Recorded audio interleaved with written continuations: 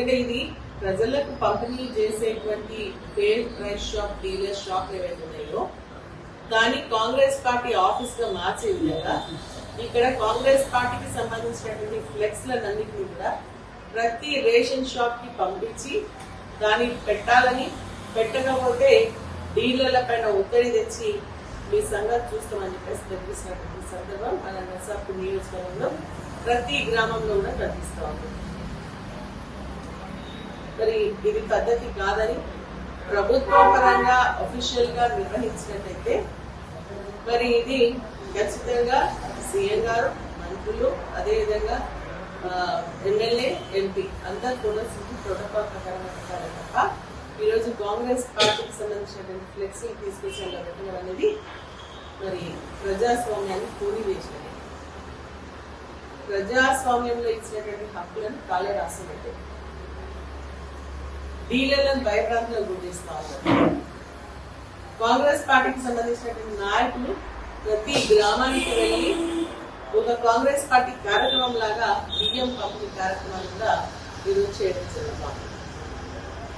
అధికారుల దృష్టికి తీసుకొని రావడం జరిగింది. కలెక్టర్ గారి దృష్టికి, అడిషనల్ కలెక్టర్ గారి దృష్టికి, ఆర్డీఓ గారి దృష్టికి తీసుకొచ్చిన మరి ఇది కంటిన్యూ అవుతోంది.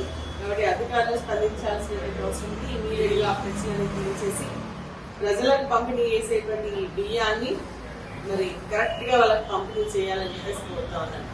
ఎవరైనా వెళ్ళి ఇది ఎందుకు పెట్టిండ్రు, ఇది ఏమైనా కాంగ్రెస్ పార్టీ ఆఫీసా, కాంగ్రెస్ పార్టీ ఫ్లెక్సీలు ఎందుకు పెట్టిండ్రు తీసేపిస్తే వాళ్ళకి రేషన్ షాప్లలో బియ్యం ఇచ్చేటువంటి పరిస్థితి లేకుండా మీరు కొట్లాడింది కాబట్టి బియ్యం అని చెప్పేసి మరి ఇవ్వకుండా అనుకుంటున్నారు ప్రయత్నం.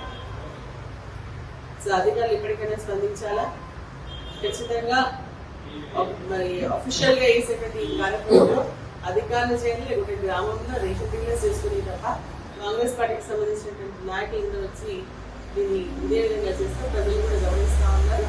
ప్రజలు కూడా సరైనటువంటి సమయంలో బుద్ధి చెప్తారు.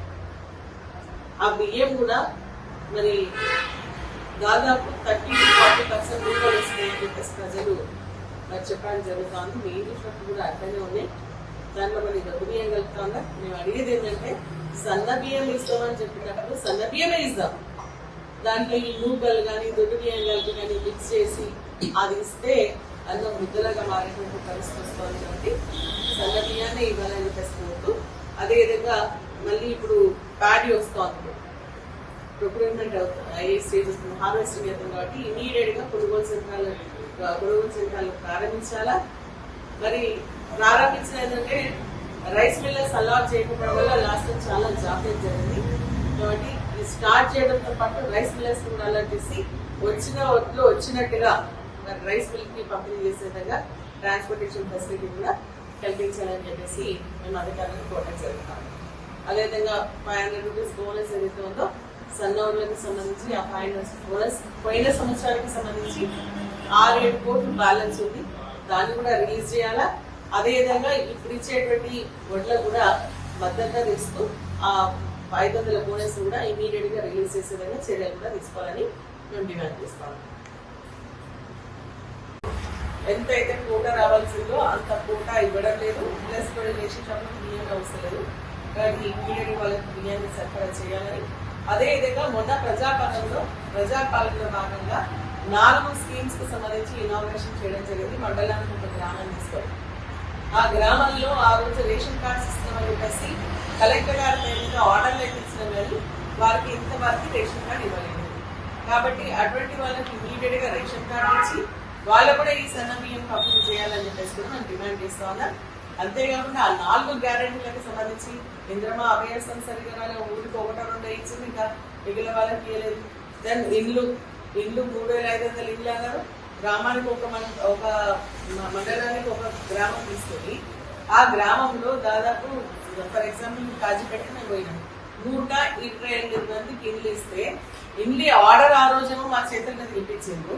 కానీ ఇప్పుడు మళ్ళీ ఎంక్వైరీ పెరిగాక దాని దాదాపు 30-40 తగ్గించడం జరుగుతుంది.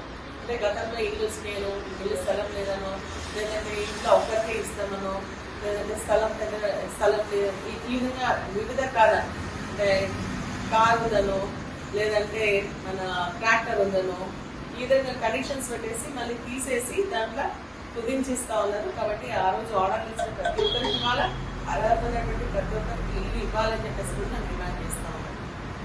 రైతు బంధు కూడా ఆ రోజు అయితే మీరు ఇమీడియట్ గా వేసేస్తామని చెప్పి 3 ఎకరాల వరకే ఇప్పుడు పడ్డది. ఆ 3 ఎకరాలలో కూడా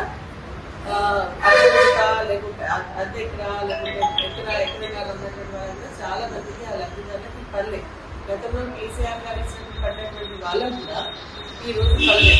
కాబట్టి అందరూ కూడా ఇమీడియట్ గా ఆ రైతు బంధు చేయాలా. ఎందుకంటే ఇప్పుడు మళ్ళీ హార్వెస్టింగ్ అయితే మళ్ళీ కొత్త స్కీమ్ వస్తుంది, మళ్ళీ కొత్త సీజన్ లో మళ్ళీ మనం పంటలు వేసుకునేటువంటి పరిస్థితి వస్తుంది. కాబట్టి ఇమీడియట్ గా రైతు బంధు కూడా రిలీజ్ చేయాలని చెప్పేసి డిమాండ్ చేస్తాం.